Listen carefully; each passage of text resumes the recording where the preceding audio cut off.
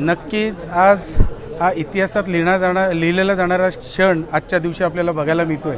मी नक्कीच दोघांची रायगड जिल्हा परिषद अध्यक्ष उपाध्यक्ष आज दोघेही आहेत यांचं देखील मनापासून कौतुक करतो। आणि खरोखर जर तुम्ही जिद्दीने आणि प्रामाणिकपणे काम केलं तर त्याचं हे यशस्वी फळ आपल्याला आज बघायला मिळतंय।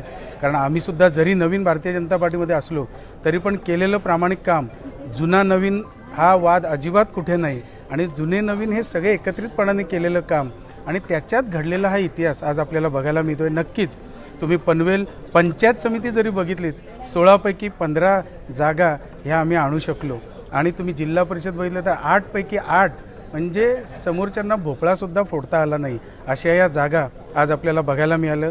आणि नक्कीच त्याचंच हे फळ आज आपण दोन्ही यांच्या रूपाने आज आपण बघताय।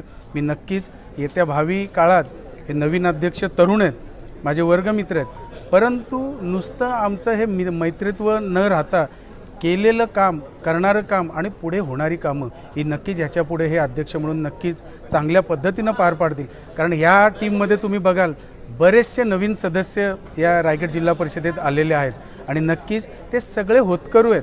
मग याच्यात डॉक्टर आहेत, विविध क्षेत्रातील सगळे मान्यवर आहेत, महिला जरी जास्त असल्या तरी त्यासुद्धा चांगल्या पद्धतीनं आणि नवीन रक्त असल्यामुळे चांगलं काम करणाऱ्या महिला आहेत। नक्कीच मी मंगेशजी आणि उपाध्यक्ष यांना मनापासून शुभेच्छा देतो की आपण चांगलं काम करा, यशस्वी काम करा आणि नागरिकांनी जो विश्वास आपल्यावर दाखवला आहे, मतदानरूपी विश्वास दाखवला आहे, त्यांनी जी कामं सुचवलेत ती कामं प्रामाणिकपणे करण्याचा प्रयत्न करूया, एवढंच मी तुम्हाला सांगेन।